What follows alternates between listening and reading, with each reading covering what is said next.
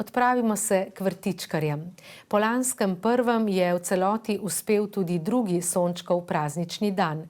Kolektiv šmarješkega vrtca Sonček je z množico ustvarjalnih delavnic najmlajšim vnovič pričaral popoldne, polno veselja, doživeti in zabave.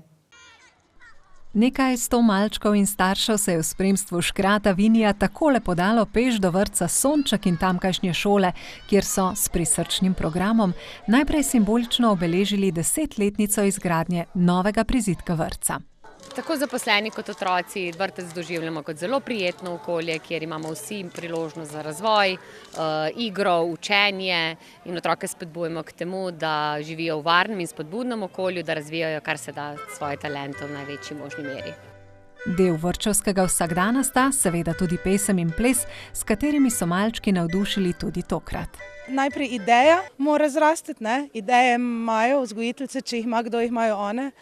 Cel mesec so planirale, je pa res, da tako udeležba, kot je danes tu, ne, smo zelo presenečeni in veseli. To je pokazatelj enega dobrega sodelovanja med starši, nami, otroci, ki so jih nato že čakale v pravljični deželi in na gozdni čutni poti v neposredni bližini vrtca pripravljene jesensko obarvane delavnice. Izdelujejo z različnimi materiali, predvsem naravnimi, ružijo koruzo, oblikujejo deklice iz naravnih materialov, izdelujejo inštrumente, deležni so tudi poslikave obraza in pa jesenskega fotografiranja.